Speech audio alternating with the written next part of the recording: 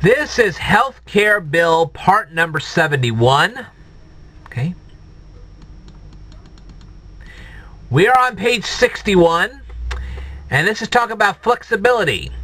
It says regional or other interstate exchanges. An exchange may operate in more than one state if the following conditions are met. In other words, if you lived in the state of Wyoming and you wanted to participate in Montana's exchange, you could do so if these conditions are met. Each state in which such exchange operates permits such an operation. So if Wyoming has an exchange, or let me try this again. Let's say Montana has an exchange and Wyoming doesn't want to set up an exchange of their own. They just want their residents to participate in the Montana exchange, and Montana permits that. That's fine. Of course, there are other rules. The area served by each such exchange is at least as large as the rating area described in Section 2701 of the Public Health Service Act, which we will cover in a later video. And there you go. So, in other words, if the area of people that want to participate in Montana's exchange is big enough, and Montana allows the residents of Wyoming to participate in that exchange, then everything's fine. If not, it isn't. Okay. Authority to contract.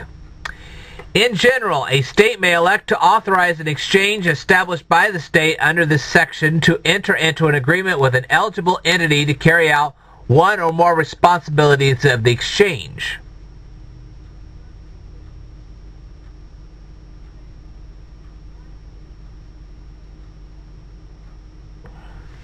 Okay, so let's say there's an X and Y company, and the state that's operating this exchange decides to give some of their day-to-day operations to X and Y company. They can do so if the entity is qualified to do so. Okay. Now, what is an eligible entity? In this paragraph, the term eligible entity means a person incorporated under and subject to the laws of one or more states. Okay. That has demonstrated experience on a state or regional basis in the individual and small group health insurance markets and in benefits coverage. In other words, somebody that's very familiar with healthcare plans and health insurance providers and all this other stuff, so they know what they're doing. Probably somebody very college educated with a lot of experience.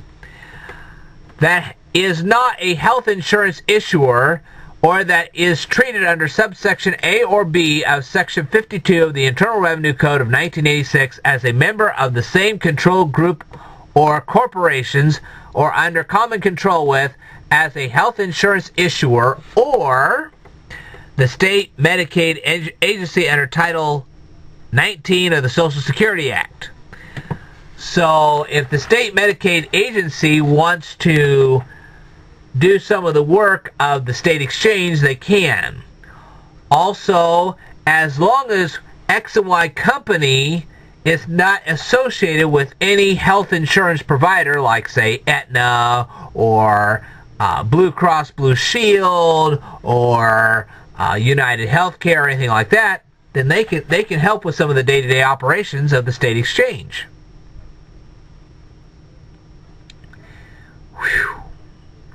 That's a lot to chop down. Okay. Well, I think I'm going to stop the video right there. I will tell you more in a future video, so stay tuned.